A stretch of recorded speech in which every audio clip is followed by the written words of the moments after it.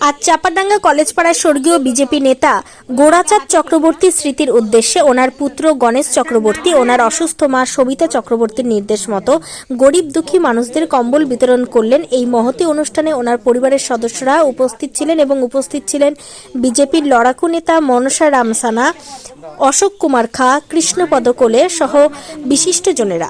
এই অনুষ্ঠানে শতাধিক মানুষকে কম্বল বিতরণ করা হয়।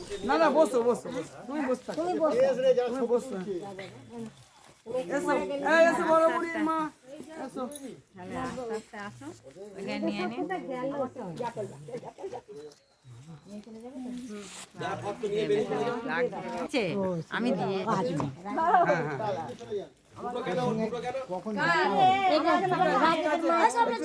কথা বলে নিন। হ্যাঁ, দুটো ছিল আরেকজন আগে দাও দাও নাও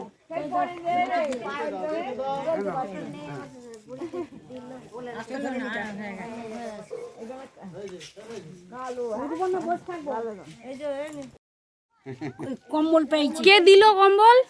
এই যে তোর নাম কি বাবা? গণেশ। কেমন লাগছে কম্বল পেয়ে? ভালো লাগছে বাবা, খুব ভালো। শীতে গায়ে দিয়ে কি পেয়েছো? হ্যাঁ, কম্বল। কে দিল কম্বলটা? গণেশ চক্রবর্তী। বলো গণেশ চক্রবর্তী। কি বলবেন ওনাকে? নাতি। নাতি হয়। জয় গুরু জয় গুরু। হরি বল হরি বল। মঙ্গল হোক মা, মঙ্গল হোক, মঙ্গল হোক। জয় গুরু জয় গুরু জয় গুরু। করুন। হ্যাঁ, আশীর্বাদ করছি তাই তো বেটাকে। বেটা হয় আমার, আশীর্বাদ করি। ধন্য হোক বাবা, ধন্য হোক। হ্যাঁ, ধন্য হোক। আজকে আমাদের এই কর্মসূচি রাখলেন, কি বলবেন এই বিষয়ে? দেখুন, এটা আমাদের পারিবারিক বিষয়। আমার বাবা গোরাচাঁদ চক্রবর্তী, যদিও উনি আমাদের এখানকার বিজেপির খুব বড় কার্যকর্তা ছিলেন, তো উনি মারা যাওয়ার পর থেকে আমরা একটা বিভিন্ন রকম অনুষ্ঠান করে থাকি। যাই হোক, এবছর আমি ভাবলাম যে একটু কম্বল দান করব, কারণ এখানে অনেক দুস্থ ব্যক্তি আছে যাদের অনেকেরই কম্বল কেনার পয়সা নেই বা এরকম গরিব দুস্থ। তো এরকম দেখে শুনে আমি তাদেরকে কম্বল দিলাম। যদিও একটু দেরি হয়ে গেল, আর একটু আগে দিতে পারলে ভালো হতো, কেননা শীতটা প্রায় শেষের দিকে। তো এই ব্যাপার, আমার বাবার স্মৃতির উদ্দেশ্যে এবং আমার মায়ের শুভকামনা। মায়েরও শরীর খুব ভালো নয়, মা নিজে থেকেই বললো যে বাবা তুই কিছু কম্বল দে গরিব মানুষকে।